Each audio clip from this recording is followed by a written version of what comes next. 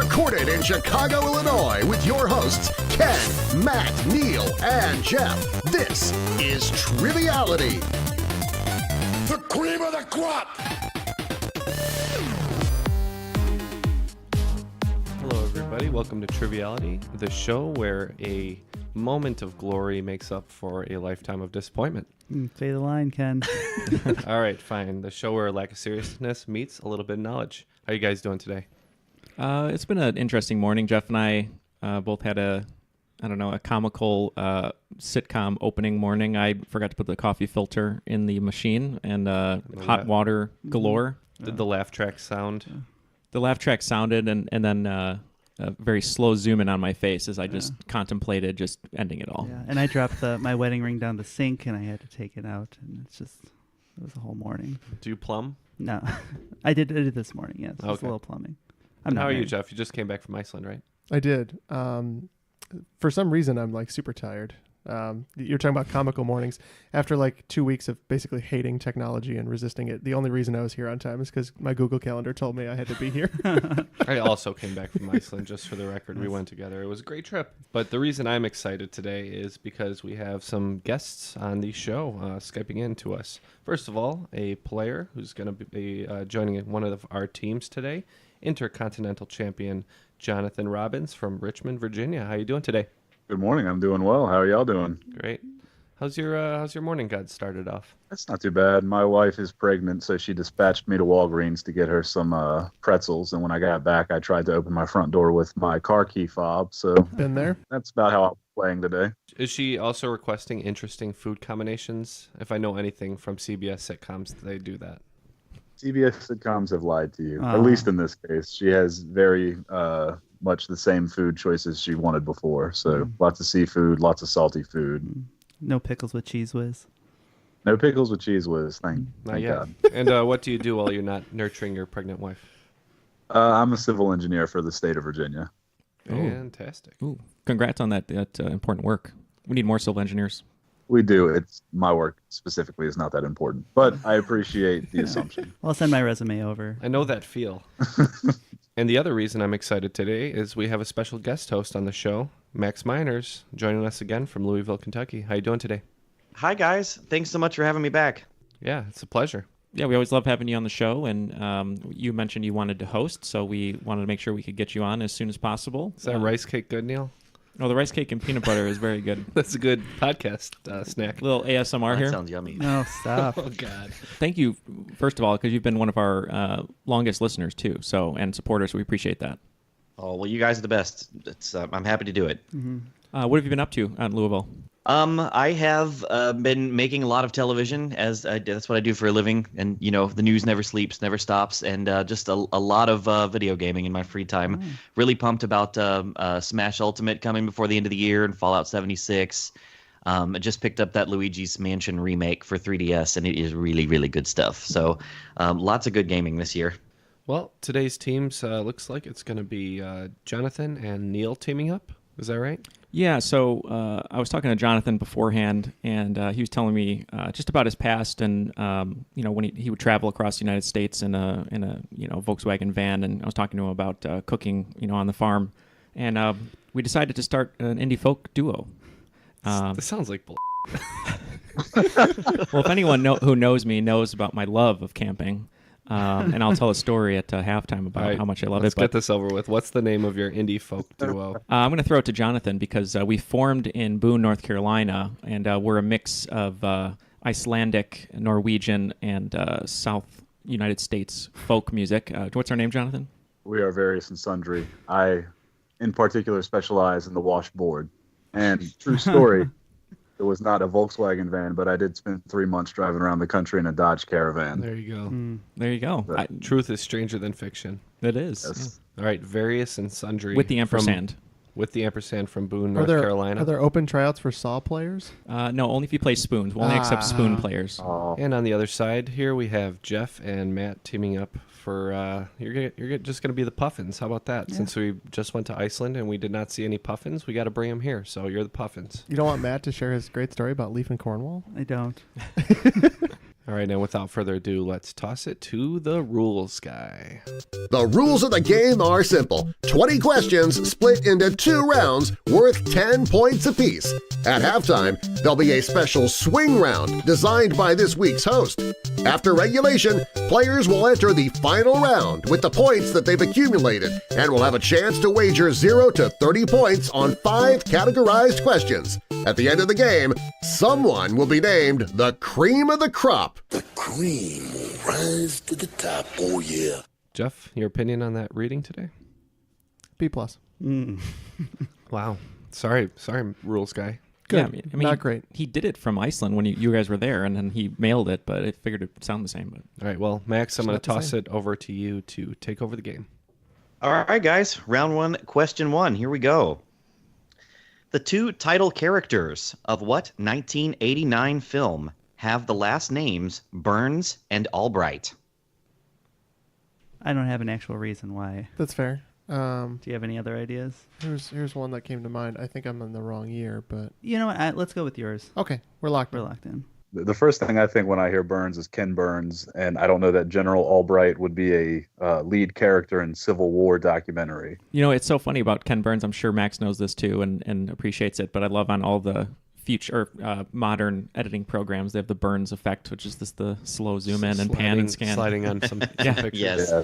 What's coming to mind, 1989, I did an episode of a podcast about movies from 1989. I think it might be either Sally Burns and Harry, or Harry Burns and Sally Albright, maybe, from When Harry Met Sally. I don't know which one is Burns and Albright, but I distinctly remember when they meet by the college. Sounds strong. Let's do it.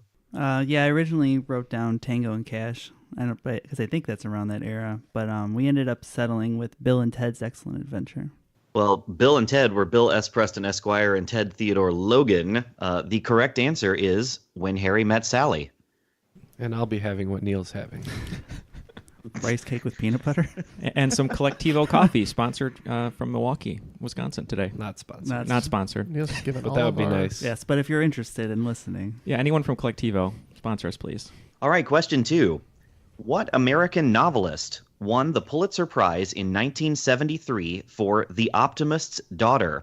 She was also notably awarded the Presidential Medal of Freedom in 1980, and her home in Jackson, Mississippi is designated a National Historic Landmark. I'm really terrible with literature. So, Jonathan, I feel like I've heard of The Optimist's Daughter. The only clues that Max put in there that are making me lean a certain way are Jackson, Mississippi, and I can't remember if Harper Lee's from Jackson, Mississippi. I think she is from Mississippi, specifically. I can't think of anyone else in that time period. Literature-wise, it's not my strong suit, but I don't know how you're feeling. What would you like to put down? I mean, Harper Lee, because I can't think of anything, and I can't even think of anything funny. I keep going to Georgia O'Keeffe in my mind because I was just at her museum, but she's obviously not a writer, and also not from Mississippi. Yeah, well, I mean, that's good with me. I mean, we can lock in with Harper Lee. Yeah, my best thought on that was, and I think it's totally the wrong time frame, and I don't think it's even what she wrote, but my insight was like Maya Angelou. But yeah. Well, I wrote Miss Jackson from Jackson, so I don't know. Miss Jackson from Jackson. I like that. The correct answer you were looking for here was Eudora Welty. Oh. I've heard that name before. I just I've- didn't put 2 and 2 together. I've only heard that name from a critic reference on the television. Oh, really? show. Yeah. Jon Lovitz? Do you know stuff about the critic? Yes. All right. All right, question 3. On July 6th, 1963, the New York Times published Eudora Welty's short story, Where is the Voice Coming From?, which is written from the perspective of the assassin who had just killed what civil rights leader less than 1 month earlier? That wasn't MLK, was it? Well, that's what I'm trying to think. Because when was Kennedy 62 or 63? I feel like it was 60. Yeah, no, it was, because that was the miniseries that J.J. Abrams did. It was 11/22/63. Right. Yeah, I don't know. I mean, Harvey Milk would have been 70s, I think, right? Yeah. Yeah, I don't know. Mississippi, I think King was after Kennedy. My gut, in so much as I have any thunder whatsoever, is Medgar Evers. Okay, I'll trust you on that one. we originally thought about MLK, but I'm pretty sure that was April of '68 in Memphis. So we guessed Malcolm X. The correct answer is Medgar Evers. Wow, Jonathan, nice job, man. Wow. All right, question 4. In Swedish and Danish, it's called the War of the Ants. In Hungarian, it's called ant football. Despite this, it has nothing whatsoever to do with animals. What is this electromagnetic phenomenon called in English? Just want to lock in with that. Yeah, I'm All fine with right. that. We're locked in. So this is just going to be me, making a comment that makes myself look like an idiot normally, which is par for the course. But when I heard War of the Ants and ant football and science and not having anything to do with animals, I thought of an etch-a-sketch. See, I can't even say it. Etch-a-sketch. But I don't know what scientific phenomena that uses because it makes it look like ants having a war. I don't know. Yeah, I can't remember either. The only thing because I went to the same thing, sort of metal filings are frequently used to demonstrate like an magnetic field around a set of magnets. Mm-hmm. I can't remember what that's called. My first guess, because of the ants football and the War of the Ants, I thought painful things. I went to static electricity. No, if I like that answer, if you're good to go with it. That works. I guessed it, so yeah, I'm fine with it. Cool. Well, you're earning that ampersand money, so. Thank you. Yeah, so my thought around this was the ants were representative of electrons, possibly.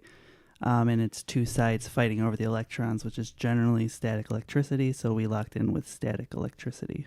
So this may be a tough judgment call, and we may have to throw this to the group. So if you imagine what it would look like if there were a bunch of little ants and they were all just piled up and running around in a little pile together, and half of the ants were black and half of the ants were white, the answer is television static, or more commonly, noise, Oh. as in noise in a signal. This is I not would right. say This is no. nobody. Yeah. Yeah. No, that's a great question too. Yeah, I think you guys were talking about a different kind of static electricity. Yes. So yeah, this is specifically like if you had an analog television that was experiencing noise. Mm-hmm. They're here. Isn't that a great expression, the War of the Ants? I love that. That's really good. Yeah, and HBO embraces it. Sounds like a Ken Burns documentary. All right, question 5. Sticking with television. Name the TV series that ran on Fox from 1991 to 1994 and starred Charles S. Dutton in the title role, a Baltimore garbage collector. Do you want to write some things down? Charles S. Dutton. My mind goes to Charles in Charge. Okay. I don't know if it's a joke, but I don't know this show at all. I don't think that was a Fox show. But we can lock in with that. Deal. That's fine. So what are you thinking, Jonathan? I think it's Rock, R-O-C. Yeah, that sounds familiar. I can see the promo. I can see the poster. Yeah. You want to lock in with Rock, R-O-C? Works for me. Okay. The correct answer is Rock. Nice job, man. Don't worry, Matt. We'll get points eventually. Yeah. All right, so let me interject here really quick. The Puffins coming in strong with 0 points. Mm-hmm. And the folk band from Boone, North Carolina, Various and Sundry, 30 points. All right, question 6. What character who first appeared in a 1985 computer game was named after a Brazilian singer and actress, has been portrayed in games and on television by Rita Moreno, and will be portrayed next year in a Netflix series by Gina Rodriguez? Well, I can lock in on this one, Jonathan. Go for it. They're not doing like it's not like a fighting game or something like that. In 85? Yeah. Is that too early? There's not a lot of fighting games. I think that there's a Legend of Zelda Netflix show coming out next year. So I think we should just lock in with Zelda. Okay. We are locked in. So thank you to my counterpart in Various and Sundry, Jonathan, let me lock in early. So Colleen loves the show Jane the Virgin, which Gina Rodriguez stars in, and I watch it with her. I'm a little surprised at Matt for being a 90s wunderkind here, missing this question. But in order to find out where the answer is, we have to find out where in the world she is, and that would be Carmen Sandiego. The correct answer is Carmen Sandiego. Yeah. I should know that. Love that rockapella theme song. I did like the fighting game idea, if only because I desperately now want to see Rita Moreno as Chun-Li. I'd like She can play any part. a fighting game with only educational fictional characters. Yeah. That'd be cool. Ghost Rider. I think you'd have to put like Smokey the Bear in there, and just because he's like fire education. LeVar Yes. Burton. Yeah. Watching Confucius whip some ass on Nikola Tesla. That's an amazing idea, Ken. I love it. Where do I throw my money? All right, question 7.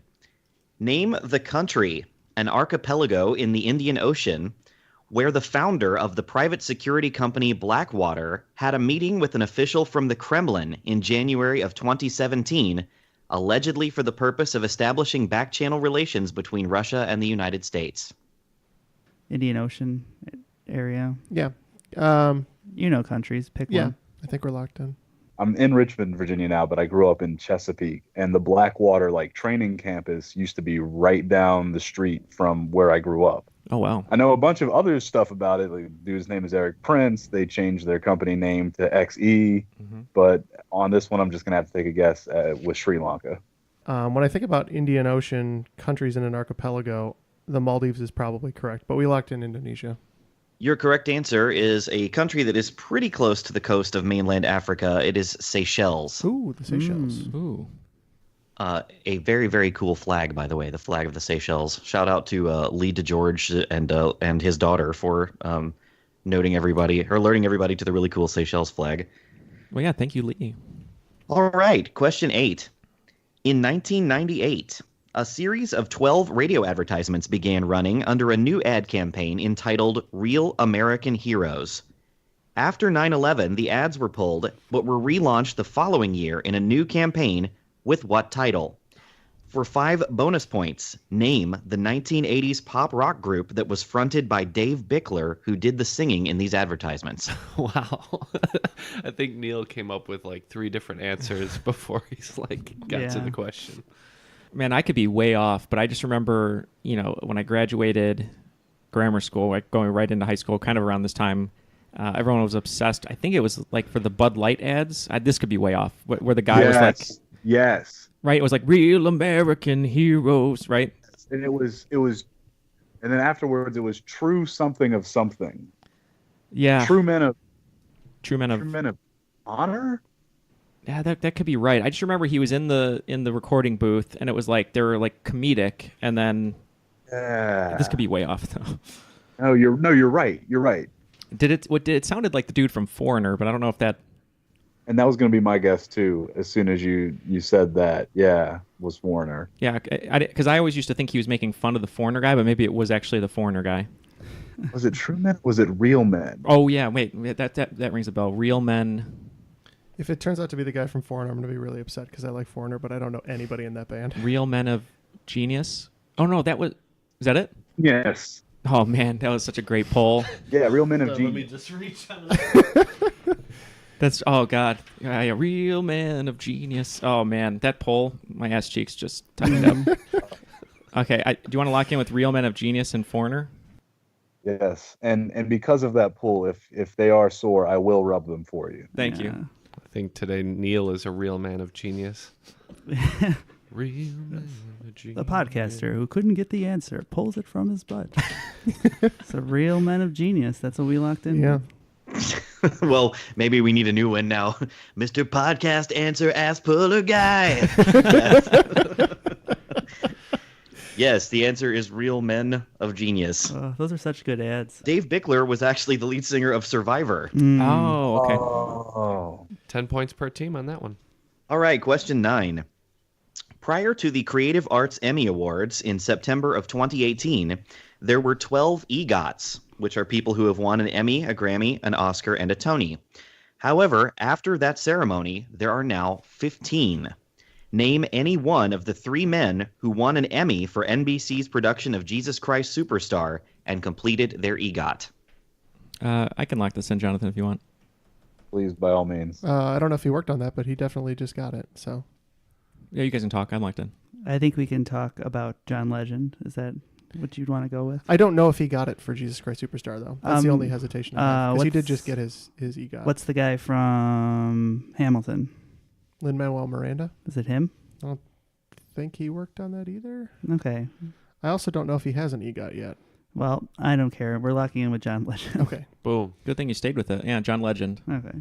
The 3 gentlemen were Andrew Lloyd Webber, Tim Rice, and John Legend. Yeah, the sad part is I had the other 2. Oh. All right, the final question of round number 1. This is going to be a Lost Lyrics question. Identify the 1986 number 3 U.S. Hot 100 hit that contains these lyrics. When we're together, It's like hot coals in a fire. My body's burning, so come on, heat my desire.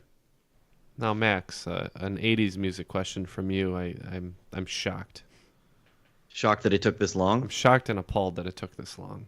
My weekly team trivia host guy is really hardcore about not giving any rhythmic hints away. So when he does these questions, he goes into this really weird. He sits up. When we're together, he sits up there and screams them like that. It's awful. Marriage. You should do it in the transatlantic accent. When we're together, it's like hot coals in a fire. See? Yeah. Just add C to everything. Yeah. Do you think there's a thing like TTD, like trivia transmitted disease, like where you get a question wrong and it's just like your partner then is like, oh, he gets one wrong. He's blighted now. Yeah, it's just like a funk. I don't know if it's a communicable disease, but there's definitely a funk you can have. Yeah. And to be fair, I'm pretty sure I've caught something from you. It's probably true. I got the trivia yips. Yeah, trivia yips. Yeah, there you go. That's no joke. But let's lock in with That's fair. We're locked in. I have no thunder on this whatsoever. Man, Heat My Desire is so like It's right there. it's not dirty, but like I'm just trying to think of singers that would actually say like Heat My Desire because it's very like passionate, you know. We're gonna lock in with Rick Astley. We locked in with one of Jeff's favorite tunes, "Eternal Flame" by the Bangles.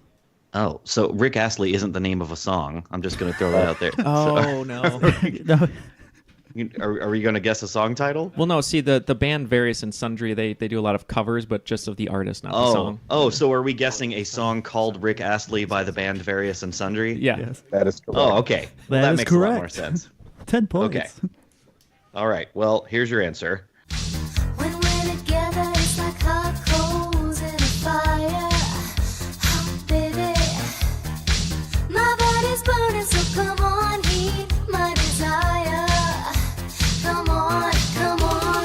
Two hearts that beat as one. Two hearts. Stacey Q's Two of Hearts. I had that song on a great '80s mix. Yeah. All right, so after the first round, it looks like the Puffins are flying low right now with 20 points, and Various and Sundry from Boone, North Carolina, the famous folk band, coming in with 60 points. Just a quick question, Ken. When you were in Iceland, did you see any puffins flying? We did not see any puffins whatsoever. Do they except fly? on signs. They do fly, yeah. High? I think we should have picked a bird that flies higher. Agreed. Haven't you seen on the Travel Channel No, puffins? absolutely not. Okay, so the swing round. Many people think that Stacey Q is a one-hit wonder for Two of Hearts, when in fact she did chart top 40 once more the following year with the song We Connect. But our swing point is going to be all one-hit wonders today, and this one is going to be kind of my love letter to fellow music trivia geeks who every time they hear a one-hit wonders trivia round, they hear the same collection of 25 questions. So we're going to do offbeat one-hit wonders, difficult one-hit wonders, ones that you never hear trivia questions about. So how this is going to work, I'm going to give you its peak chart position, a year, and an artist, and I want the song title. By the way, when I was researching this, remember the movie That Thing You Do about the one-hit wonders? I was going to be cheeky and include that song, but the actual single release of it peaked at number 41. How funny is that? Wow. What a shame. One I won't get wrong. So again, all these artists had one song that peaked within the top 40 on the U.S. Billboard Hot 100 chart. And I All right. believe you said 10 questions for 5 points apiece. Yes, 10 questions, 5 points apiece. Thank you, Ken. Question 1, peaking at number 3 in 1998 by Jennifer Page. Question 2, peaking at number 12 in 1994 by Jan Arden. Number 3, peaking at number 8 in 2011 by Capital Cities. Number 4, peaking at number 4 in 1970 by Blues Image. Number 5, peaking at number 38 in 2009 by Esther Dean. Number 6, peaking at number 12 in 1986 by Boys Don't Cry. Number 7, peaking at number 14 in 1994 by Martin Page. Number 8, peaking at number 27 in 1990 by Brother Beyond. Number 9, peaking at number 12 in 1992 by Saigon Kick. And finally, number 10 from 1985, peaking at number 11, Scritti Politti. Nope, that's not real. My confidence was misplaced. Yeah. I have heard of one of these artists. I know the same one you know, which is not good for us. Oh. We're in trouble. All right. Do we even leave to discuss? Yeah, let's do that. Fine. All right, we'll be back. I'll write song titles for these. All right, so it looks like these guys have discussed as much as they can, and they had a little hard time with this one. Just a little hard time. Little Paramore hard times on this one. So if you don't mind, I'm just gonna take over here. What answers did you guys get? Various and sundry. So Various and Sundry, we had a hard time. We recognized a lot of these songs, or at least they kind of like jogged something in our memory, but we couldn't come up with a lot of answers. So I came up with one that I'm pretty sure is incorrect, and Jonathan came up with one that sounded good. So our first official lock-in out of 2 is number 1, 1998, Jennifer Page. We just said "I Touch Myself," and then the Divinyls, which is the Divinyls, and then number 4, I'll throw it to Jonathan what he thought it was. Yeah, I thought it was something like Ride, Captain Ride. I think that's the chorus. I don't know if it's the title, but that's what we're going with. So those are our 2 official answers. So number 1, I Touch Myself. Number 4, Ride, Captain Ride. Mm-hmm. Yeah. We only had capital cities. and I'm pretty sure we're wrong on this one. Nah, I don't know. Yeah, I figured it out in the meantime. Damn it. So we put Time to Begin. It's safe and sound. Yep, that's more right. And then we put Ghostbusters theme by Ray Parker Jr. for all the rest. So. All right, Max, you want to go through those for us? Sure. Noted Various and Sundry, their other single, Ghostbusters theme by Ray Parker Jr. It's my other favorite Various and Sundry song. Okay, well, goodness, I knew this was going to be difficult, so I'm sorry, guys. I didn't expect it to be quite so brutal, but I did say difficult one-hit wonders, so I guess I delivered, right? I'm sure there's a couple listeners out there who are just like overjoyed with this. There also might be a few where you mentioned the song and I'm like, oh, so. Well, that's kind of what I'm hoping for, so we'll see how this goes. All right, so number 1, a number 3 hit in 1998 for Jennifer Page. That was the song Crush. Mm-hmm. See, I thought that was Willa Ford, and that's where I screwed up. Okay, number 2, a number 12 hit in 1994 for Jan Arden. That was the song Insensitive, which you probably know by the hook that goes, "Oh, I really should have known by the time you drove me home." That song that got played ad nauseum on Top 40 radio at the time. Okay, a number 3 hit in 2011, or excuse me, a number 8 hit in 2011 for Capital Cities. That was Safe and Sound. Jeff did pull it in at the buzzer, yes. Okay, a number 4 hit in 1970 for Blues Image. That was Ride, Captain Ride. Nice, Jonathan. Yeah, nice. Upon your mystery ship. Yes, well done. All right, number 5, a number 38 hit in 2009 for Esther Dean. This was Drop It Low. Oh. Mm-hmm. No? Drop it low, girl. Yep. Oh, Laffy Taffy, Yes. got it. All right, how do you know D4L, but you don't know Esther? Like, my goodness. I'm telling you, that was my ringtone for like a year. I love that song. Wow, okay. All right, number 6, a number 12 hit in 1986 for Boys Don't Cry. This is the ridiculously stupid song, I Want to Be a Cowboy. Yeah. Isn't that Kid Rock? I was going to say. And you can be my cowgirl. Future Senator Kid Rock. Okay, number 7, a 1994 number 14 hit for Martin Page. This is another one from around the time of the Jan Arden song that got played ad nauseum on the radio. This was In the House of Stone and Light. A number 27 hit in 1990 for the boy band Brother Beyond. This was a tricky one. Brother Beyond were really big for a few years in the UK, and then I think they changed their name and had a few more hits all in the UK. But their only single that broke through in the US was The Girl I Used to Know. That sounds familiar. Number 9, a number 12 hit in 1992 for Saigon Kick. This was during the craze of guys who looked like hair metal dudes making really softy acoustic radio ballads. This was Love Is on the Way. Oh, It reminds me of Nelson. no. Oh Winger. God, now I'm forgetting the name of the song. Extreme reminds me of Oh. Extreme. Yes. Yes, I was thinking the same thing. exactly in that same vein of More Than Words by Extreme, yes. Extreme, by the way, that's the same band that did that does the crazy song that's in the mall scene from Bill and Ted. To throw it back to Bill and Ted, the song when everyone's getting arrested. Yes, those Crazy 64. That's the same band that did More Than Words. That's cool. It's a great guitar player in that band. Yes, fantastic. All right, and finally, a number 11 hit from 1985 by Scritti Politti. Again, this was another group who had several top 40, top 10 hits in the UK, but their only breakthrough in the US was the song Perfect Way. So none of these were the Ghostbusters theme? Sadly, no. Unfortunately not. All right, well, I'm going to go ahead and be gracious here and give the Puffins 5 points for their Capital Cities answer. All right. And Various and Sundry also picked up 5, bringing it to 25 to 65. And the folk band, Various and Sundry, from Boone, North Carolina, in the lead. Were those the first pity points ever given on the show? Oh, you got it. Okay. Nobody else said it. I think every point given on the show to us is a pity point. Fair enough. I think it's fair. I think he said it before they officially, quote unquote, locked in. Yeah. Yep. That's my thinking. Yeah, I don't care. It doesn't bother me. Go ahead and launch into round 2 then. Okay.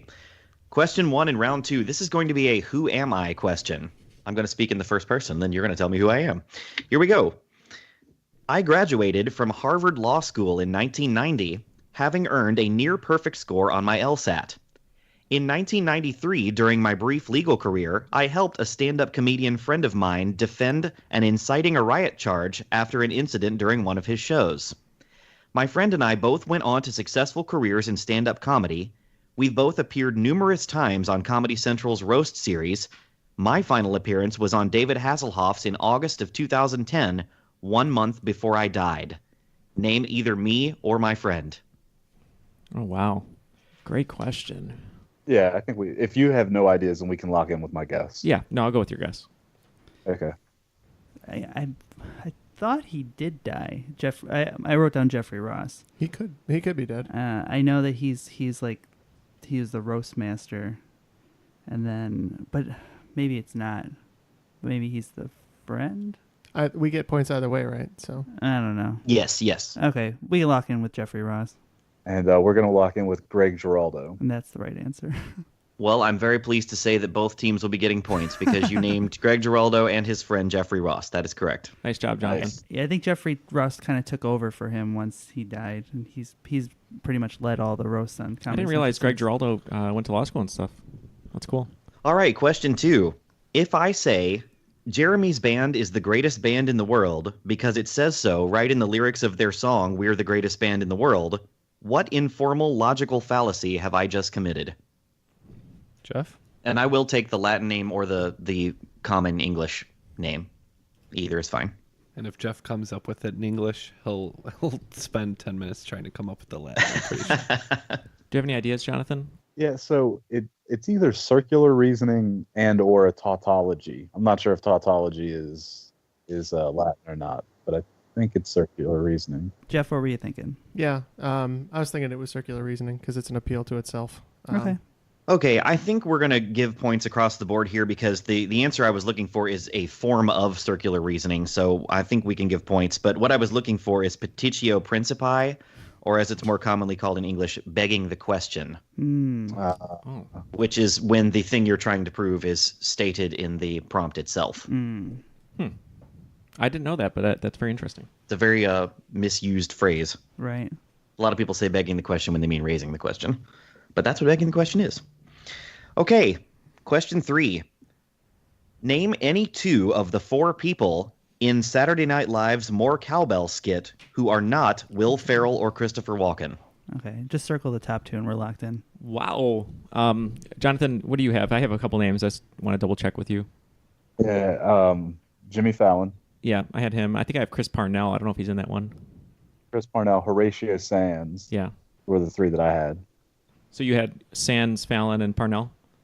Yeah. Okay. Yeah, I had that too. You just want to go with Jimmy Fallon and Chris Parnell? It works for me. Cool. So you want Jimmy Fallon and Chris Parnell. We'll go the other 2. We want Horatio Sands and Chris Kattan. And you guys nailed all 4 of them. Yeah, That is right. exactly right. Jimmy Fallon, Chris Kattan, Chris Parnell, and Horatio Sands. Okay, question 4.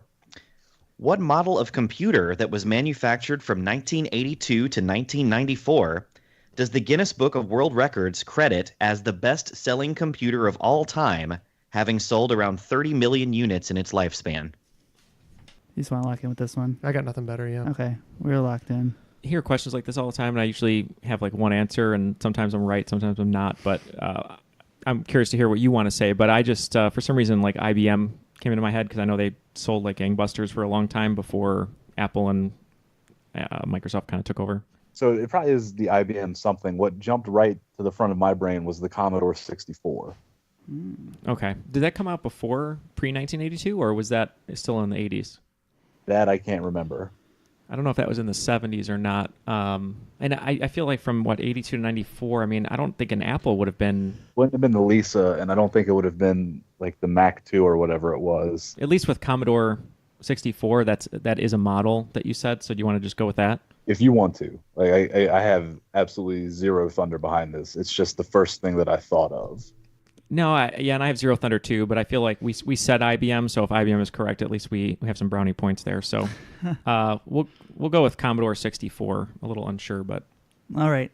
So I was looking for specific popular brand models, and the thing that kept coming back was the Apple II. They had a big commercial for it and everything.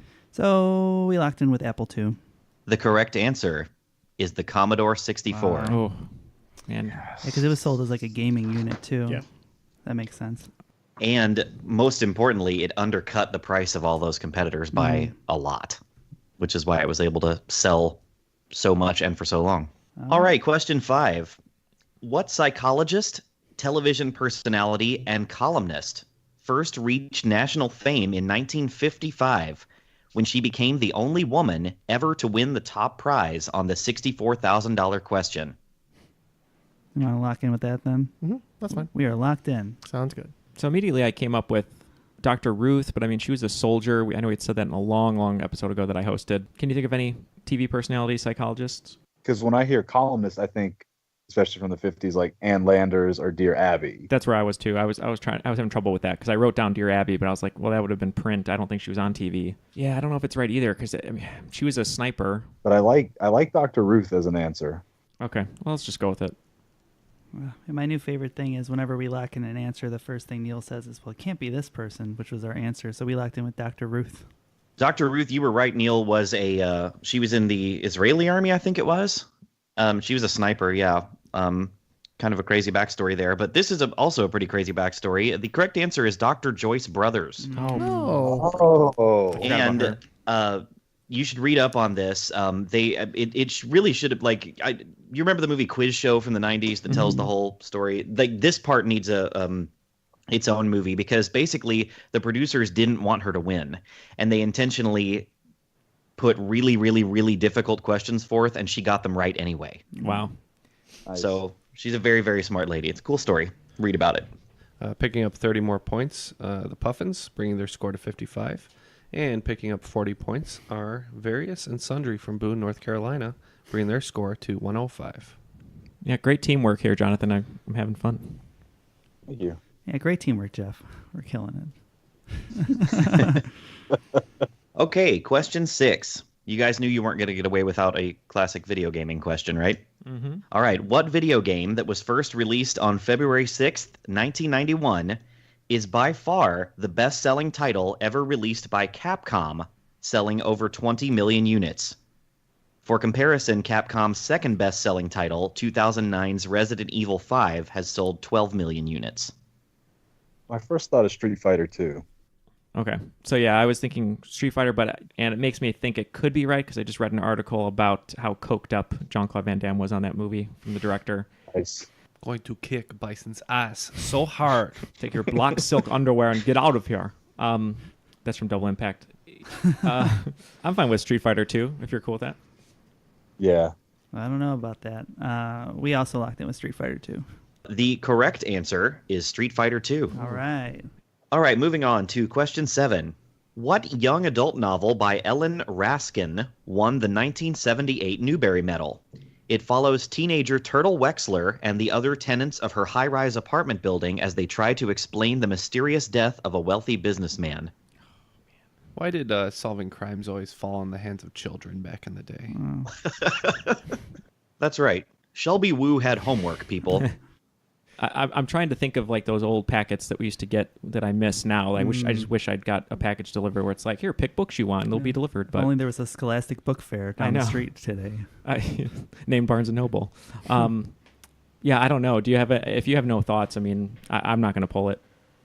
I've got nothing. All right, we're gonna lock in with turtle wax. So we weren't too far off, and we said Teenage Mutant Ninja Turtle Wexler. All right, this was the really awesome mystery novel, The Westing Game. I know it now when he said. I remember the plot. I just couldn't think of the name. All right, it is time at last for a sports question. Yay! All right, question 8 in the second round. Who is the only NCAA men's Division I basketball coach to take 3 different schools to the Final Four? So I have some names I wrote down, Jonathan. I don't know how good you are with NCAA. Not very. It's an indefensible cartel, so I know almost nothing about it. Funny enough, it's Indefensible Cartel is the name of our second album. So, I wrote down Bobby Knight, which I know he went, he's big in Indiana, but I don't think that he took Texas A&M or wherever he coached. He's also big with chairs. He's big with chairs and kicking things. He's big in general. He's a large man. He is. I don't think he took them a team multiple times, 3 teams. So I wrote down John Wooden, which I don't think is correct. That was UCLA. But like a bunch of times. But I wrote down Coach K. I'm trying to remember if his name is Krasinski. Krzyzewski. Yeah, Duke. Krzyzewski. Because he was with I can't remember. And then there's the other one. It's not Paterno because that's Penn State's football coach, but the dude who coached Louisville, because I feel like he coached Louisville, took him to the Final Four, and then he coached maybe Kentucky, or he was like the guy who went to the strip club and got in trouble. My dad. Be more specific. Yeah. Coach Robbins. Coach Robbins. I don't know if it's Paterno though. Joe Paterno is. He got in trouble for some stuff too. Yeah, he did. He was not good. He's a very bad man. The name that jumps out to me is Larry Brown. Oh, Larry Brown, right, from the Pacers. He took a lot of teams, yeah.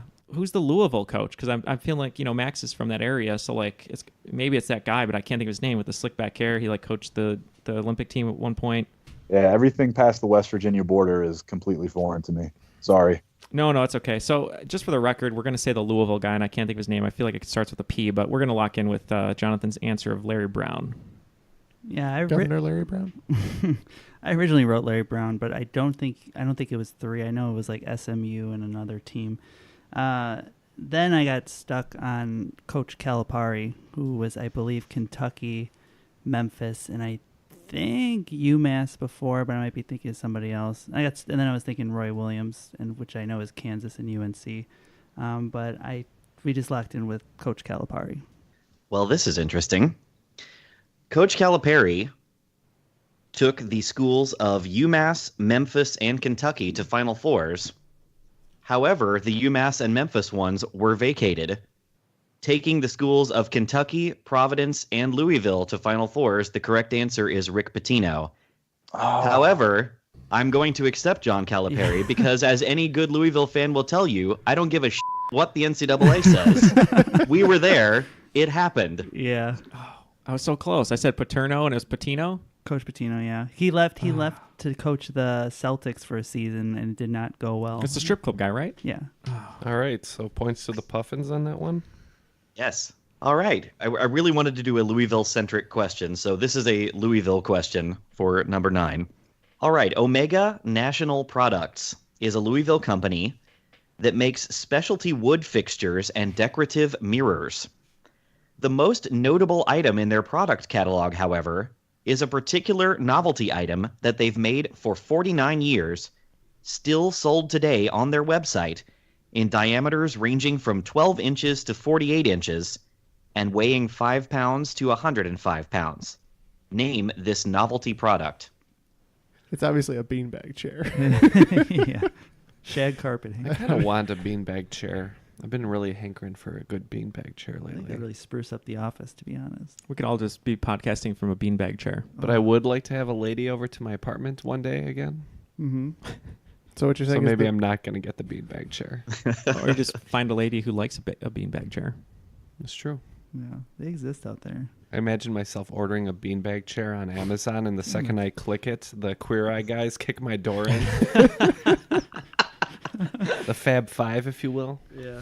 They would love your beard, just so you know. Yeah, they tell me to trim it. Yeah. Yeah, Jonathan would Please definitely don't trim call that. the Fab Five on me, guys. It'd be a good episode, though. Jonathan would trim it. Yeah, Jonathan would trim it a little bit. I love the beard, but you got to take it down a little bit. Yeah. You got a couple shirts in your closet he'd enjoy. What's he call people? Henny? Henny. Oh, yeah, Henny, yeah. I just want to hear him say yes to me if I did something right, and I would feel so Yes. good about myself. Yeah. It's Yas. I love Yeah. that show. Let's talk about that some more because I don't have an answer here. All And that show makes me happier than getting answers wrong. right. You got anything? I watched like 6 episodes of that the other day. I'm going to lock in with my dumb answer. That's fine. Yes. So Jonathan, I mean, they make so lost. they make wood fixtures and mirrors, and I can't think of like. At first, I was like, well, maybe this is the company that owns Louisville Slugger, but I don't think it'd be making a bat that's 105 pounds. So Log from Ren and Stimpy. Oh, everyone yeah. likes a log. you just want to go log? Yeah, let's go with it's Log. Okay. My answer from any novelty thing from this time period that is always wrong is Pet Rock. So we said Pet Rock. Interesting answers. So what if I told you that most people who buy these hang them in the center of the ceiling, and they usually own bars or nightclubs? Disco ball. It is a disco ball. That is correct. Wow. That makes sense with the mirrors. With the mirrors, yeah. Yeah, these people who run this place, which is just I'm sitting about a mile from this warehouse that makes these things right now, and like 20 years ago, this lady gave an interview and said that like 90% of the disco balls in the world were made from here. I don't know where she pulled this from, but if you talk to any person who's from, that's like the one interesting fact they'll tell you about Louisville. Oh, 90% of the world's disco balls are made here. Oh, wow. All right, your final regular round question.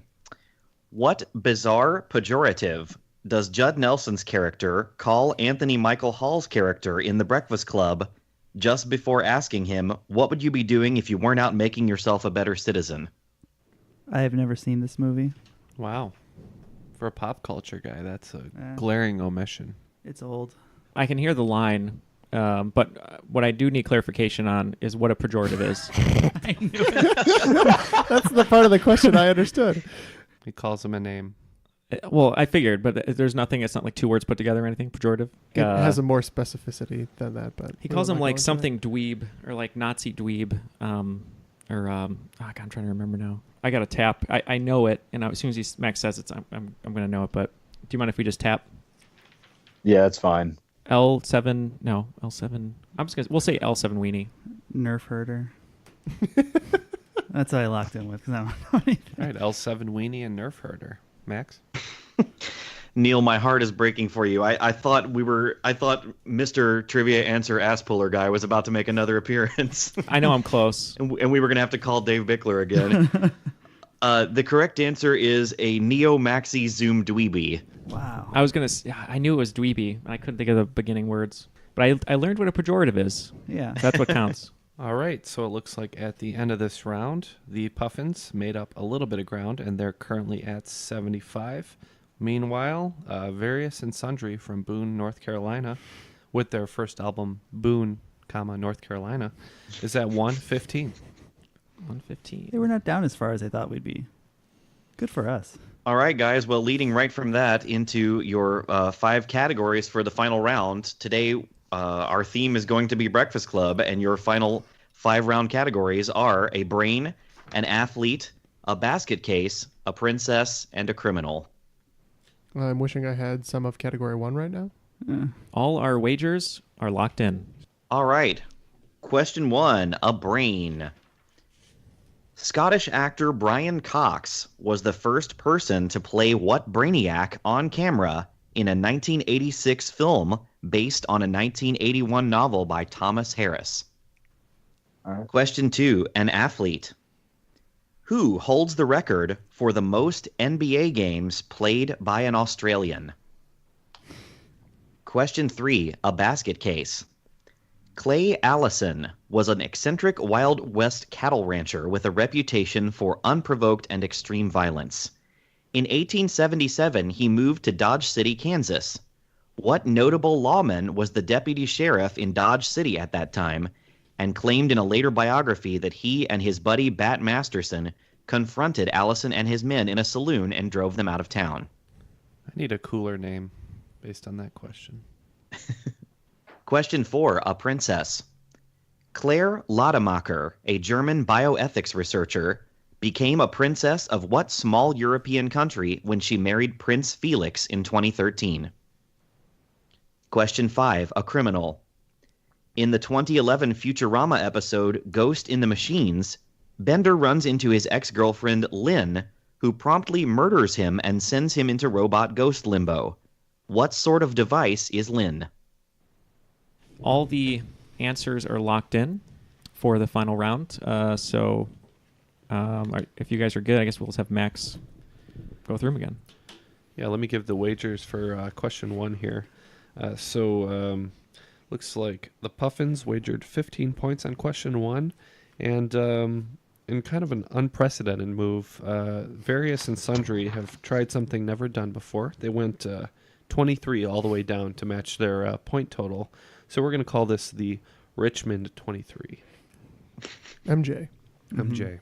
All right, question 1. A brain. Scottish actor Brian Cox was the first person to play what Brainiac on camera in a 1986 film based on a 1981 novel by Thomas Harris. Yeah, so that would be the film Manhunter, and he played Hannibal Lecter. Oh, we were way off. I thought this was there was a movie around this time about Einstein, but so I said Einstein. Neal, you're exactly right. It's Hannibal Lecter in Manhunter. Question 2, an athlete. Who holds the record for the most NBA games played by an Australian? And on this one, of course, the Various and Sundry went with 23 again, and looks like Puffins went with 20 on this one. So my main concern here is possibly that Kyrie Irving counts because he's an Australian national, but I don't think he does. This guy actually got injured surfing in Australia. When he was starting for the Bulls, he'd be the man from down under. We said Luke Longley. Oh, we also went with Luke Longley. This guy was, I believe, the number 1 draft pick in, I think, 2005. His name is Andrew Bogut. Question 3, a basket case. Clay Allison was an eccentric Wild West cattle rancher with a reputation for unprovoked and extreme violence. In 1877, he moved to Dodge City, Kansas. What notable lawman was the deputy sheriff in Dodge City at that time, and claimed in a later biography that he and his friend Bat Masterson confronted Allison and his men in a saloon and drove them out of town? For this one, it looks like the Puffins went with 5 and 23 again for Various and Sundry. Wild West lawmen automatically go to Wyatt Earp. Yep, we said the same. The correct answer is Wyatt Earp. All right. Got one on the board. Question 4, a princess. Claire Lottemacher, a German bioethics researcher, became a princess of what small European country when she married Prince Felix in 2013?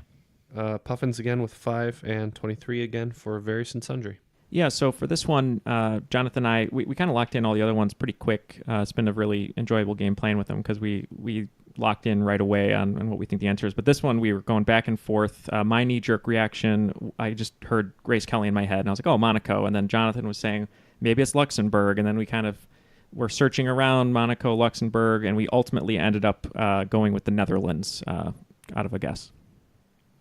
Yeah, we had thrown around Luxembourg, Liechtenstein, but we guessed Monaco. But hearing Felix again, there's also Little Andorra, which we didn't mention, but we had locked in with Monaco. The correct answer is Luxembourg. We had it, Jonathan. That's okay. That was heartbreaking to listen to that deliberation, by the way. All right, and question 5, a criminal. In the 2011 Futurama episode Ghost in the Machines, Bender runs into his ex-girlfriend Lynn, who promptly murders him and sends him into robot ghost limbo. What sort of device is Lynn? 5 again for Puffins and Various and Sundry 23. The Richmond 23. We got stuck thinking about an older episode where his girlfriend was the Planet Express ship and wanted to merge with him to destroy his consciousness, and it was really hard to think of anything else. So we just thought he's a bending unit. Be funny if she was a straightening unit. So we said a straightening unit. You can take it, Jonathan. I actually like that guess a lot. I just went back to the very first episode of the show where Fry first meets Bender is in a suicide booth and guessed suicide booth. That would be much more ironic if it was a homicide booth. The correct answer, Lynn, was a suicide booth. Yeah. Wow, Jonathan. I'm glad that you watched the show. Thank you.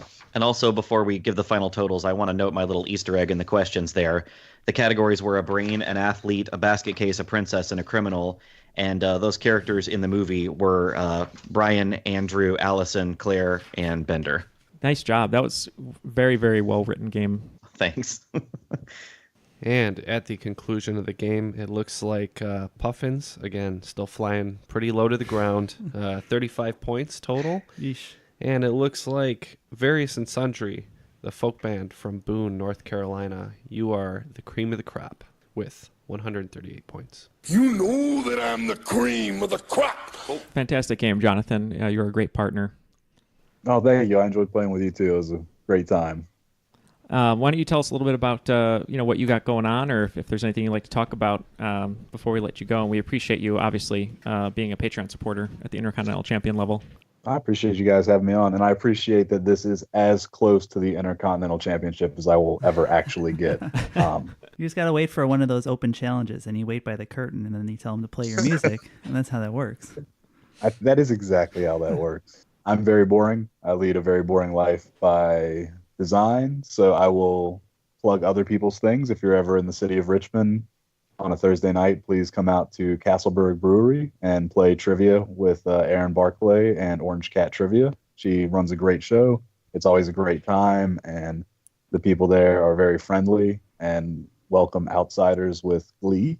And just from a transportation engineering perspective, which is what I do, please don't drink and drive, and please wear your seatbelts. And if you're coming up on a work zone, you see the cones, you see the signs, please slow down, please get over, and please give those guys as much space as possible. Like, everybody that works out there, they have families they want to get home to as well. And it's really depressing how often they are injured or killed on the job. So I don't want to be a come down with my shout out here, but it's a real big deal. And so just please drive safe. Everybody wants to arrive alive. Mm-hmm. Yeah, Jonathan, that's a well-aimed plug there for both Orange Cat and that public safety announcement. So we certainly appreciate what you do as well. Yeah, thank you very much. And if you guys haven't been in the crop, Jonathan posted a great series of questions about things that he hates in very well-worded question form. And he'll be back for a Patreon bonus episode that we'll record with him of some of those fun questions in his own style. So we look forward to that, Jonathan. Thank you. And you might think your life is boring, but I have a feeling it's going to get pretty interesting very soon. Yeah, in about 8 weeks. Yeah, it's there you going go. to be way more exciting. Congratulations, and we hope that the baby's name is either Various, Sundry, Neal, Matt, Jeff, or Ken. Or Max. I think we've just hit upon a middle name. So Please, no, that's too much of a burden. It's a little long, yeah. Max, why don't you tell us a little bit about what you're going to be having going on soon here? We know, obviously, you're going to be busy with TV, with all the news that never stops, but what else can you tell us? Is there anything going on in the news? I haven't been paying attention. Yeah, there's a lot going on in the news. First of all, my PSA, I don't know when this is going to come out, if this will be timely, but go vote. That's my PSA. Everybody go vote. Beyond that, I'm going to plug my podcast. If you were shouting at your listening device during the swing round because you knew a lot of those one-hit wonders, then you'll probably really like my music podcast, which is called Offbeat Tracks. That's exactly the kind of stuff we talk about on the show. So please check us out. We're on iTunes and Google Play as well. And offbeattrackscast.com is our website. And beyond that, thank you guys so much. You guys are the best trivia show out there. And I've been listening since episode 1. And I'm so happy you guys are still doing this. And you're so cool to let me come on and do this. Yeah. No, thank you. Thank you so much to both our guests. Make sure you check out Max's podcast, and please drive safely. For our special guests, Jonathan and Max, and my hosts, Matt, Jeff, and Neal, I'm Ken, and that was Triviality.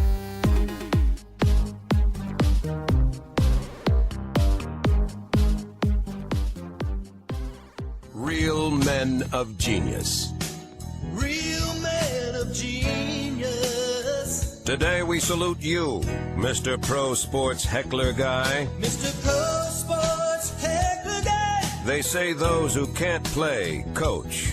Apparently those who can't coach sit 30 rows back, shirtless, shouting obscenities. Oh, that's right, motherfucker. Thanks to you, our team is armed with game-winning tips, like catch the ball and throw it. Shout it out now. You stink.